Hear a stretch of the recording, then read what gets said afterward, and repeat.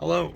So I'm going to set you down there behind my steering wheel, and today's video is going to be very quick and one take, no time for redos. Hi. Because I am on my way to go celebrate 6 months of dating my favorite human ever. And I like really thought that through. Like, is that an accurate statement? Yes it is. Which is a very exciting and terrifying thing to be able to say, both at the same time. So, my longest relationship prior to this was 2 months, and this is 6 months. So this is uncharted territory for me, but it's very fun, it's very exciting, and I think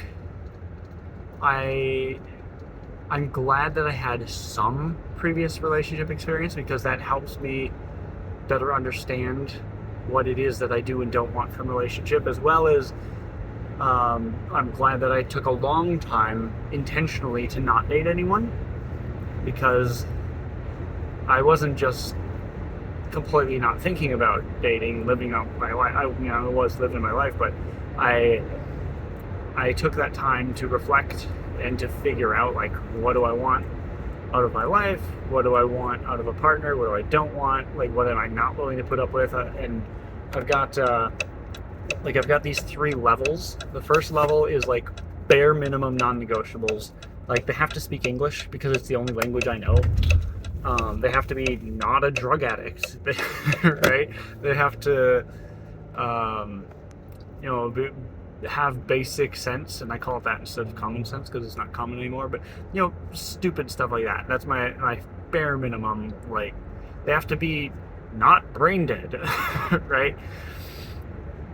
Then my second level is things that I really would not want to compromise on. Like, maybe I can make a relationship work without these things, but they're basically non-negotiables. And so that's like agreeing on important aspects of what I consider to be right and wrong, on my opinions on very controversial topics, religion, politics, those sorts of things. And then the third level is things that is like my wish list of, like, this would be great to have in a relationship, but it's completely fine if they don't have that. So that would be like someone who likes to work out, or likes motorcycles, or likes video games, or whatever, right? Silly stuff like that is nice to have, but like, I can completely have a relationship without those aspects in a partner. And so I would say that was like that like 3 list thing, and I don't know if I came up with that myself or got it from online, but that was the best relationship advice I had prior to getting in this relationship. Oh, and I forgot what I was gonna say as well. Like, I had that one relationship before that was 2 months, and that was approximately a decade ago. Right now, right about now, a decade ago, I was right in the middle of that relationship, and that's the last and only relationship I've had. I've had plenty of first and second dates, but never found someone that was worth going beyond that with until now. And so part of me does wish that I had more relationship experience. There's a lot of things that I'm kind of figuring out for the first time in this relationship, which has been very fun and very exciting. And fingers crossed, if she's the right one, it would be friggin' awesome to have figured all of this stuff out with her and not with other people. I'm a bit of a hopeless romantic in that way. But ooh, there's people here. I have to go slowly and go around them. I was gonna say, let's see. Give me 1 minute to remember what I was gonna say. There's like way more people here than usual, although this is probably what's actually more usual. It's been just a slow start to the year.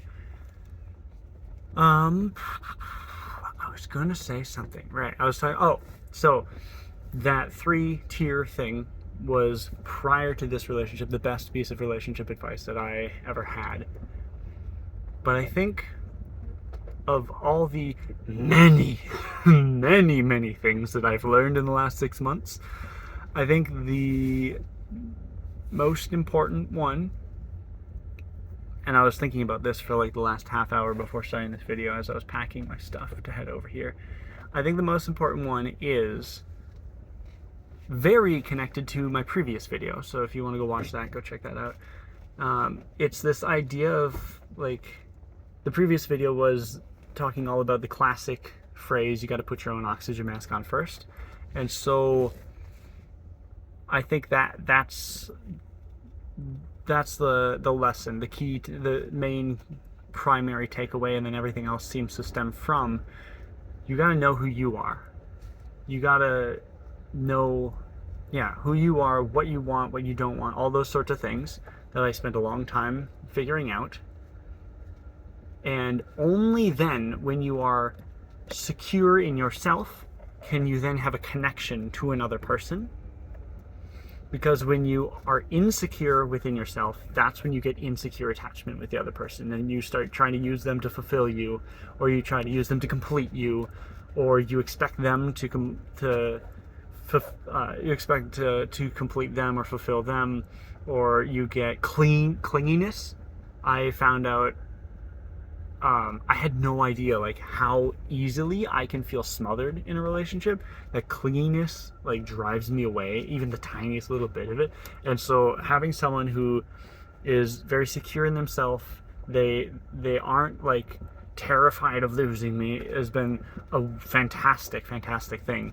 To have someone who knows who they are, who knows what they want, who knows that they'll be fine without me, means that, and to know that I will be fine without them too, allows us to not be clingy, not have these horrible dynamics. It allows us to be very good to each other and to have like real connection. It's like if you have two islands and you try to connect them with a bridge,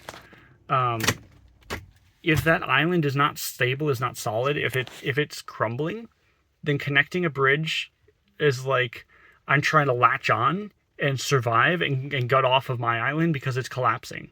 Or you can have a solid island that is not going to be just worn down and eroded and destroyed by the tide. And then you can build a solid foundation for that bridge and actually have a real connection and have it mutually beneficial instead of parasitic. That's the lesson. So I'm here and I'm excited to go see her. So question everything.